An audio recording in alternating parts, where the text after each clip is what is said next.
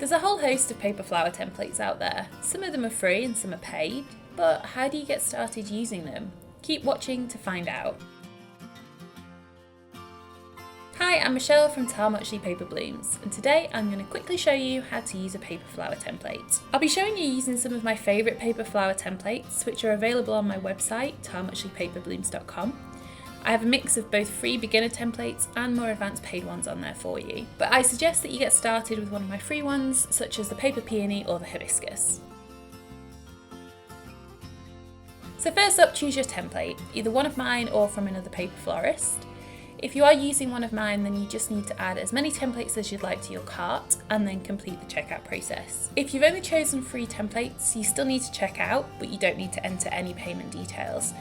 You do need to enter an address because I can't remove that from the checkout process, but it doesn't have to be your real one. So if you'd prefer not to share that, just make one up, that's fine. I don't use them anyway. You'll then get a link to download it and it will also be emailed to you. Print out your template on your home printer, and you can just use regular printer paper for that.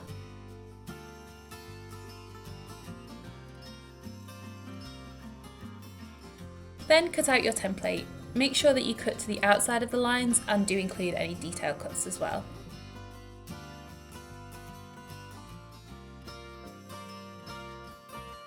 I suggest that you transfer the template onto cardstock so that it's more durable, and then you can keep using it for future flowers too. If your printer is able to print direct onto card, then you can skip this step, but most home printers don't take the thicker card. So to transfer it, you can just trace around the paper template and then cut it out again from the cardstock.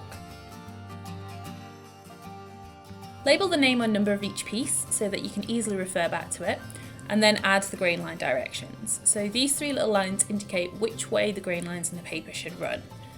This step is really important because getting the grain lines in the wrong direction can really ruin a flower. Crepe paper will only stretch in one direction, usually left to right, not top to bottom for example. And it's also very common to use the grain line to actually add details. So like with a leaf, you want to create a V shape with the lines so that it looks more natural.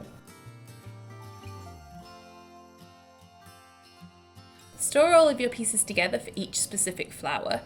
You can use small boxes, or I actually like to use these resealable food bags so that I can label them easily. Cut out any important notes and keep those in the bag too. Make sure to keep a note of the paper florist's name and details so that you can credit them if you share your finished bloom on social media. Then once you're ready, you can use the template to cut out your flower from crepe paper. Make sure that you follow any specific instructions from the paper florist before you get started, so that you know how much to stretch the paper either before or after cutting as well. And that's it! I'll have another video with tips for cutting your petals very soon, so make sure that you're subscribed so you get a notification when that goes live. You can also subscribe to my email list at talmuchlypaperblooms.com, and then you'll be the first to get notified when I launch new videos and templates, as well as get access to special discounts that I don't offer anywhere else. So until next time, happy flower making.